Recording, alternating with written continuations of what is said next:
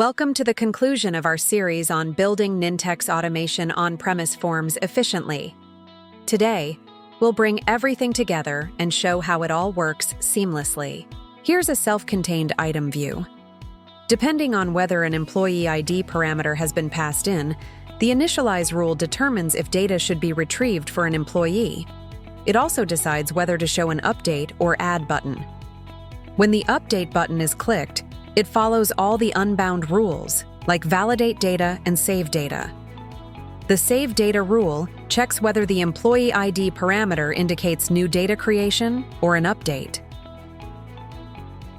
Next, let's look at a self-contained list view. This has a single load data unbound rule, which calls the list method and passes in variables.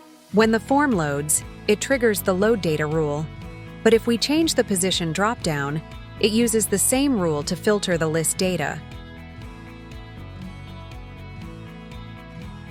Clicking the Add or Edit button opens the item view. If we select Edit, the employee ID of the currently selected list item is passed into the view. The item view then determines which buttons to show.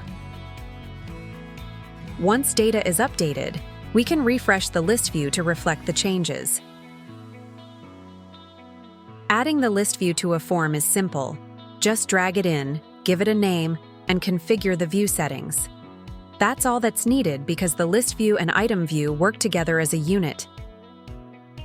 Here's everything in action. The form loads using the load data rule, and selecting a filter updates the data instantly. Clicking Add tells the item view that no employee ID was passed, so it displays the Add button. Clicking Edit loads the employee's data and displays the Update button. We can make changes, update the data, and see the results. That's it for now. Like and subscribe for more Nintex tips and demos. Got questions? Reach out.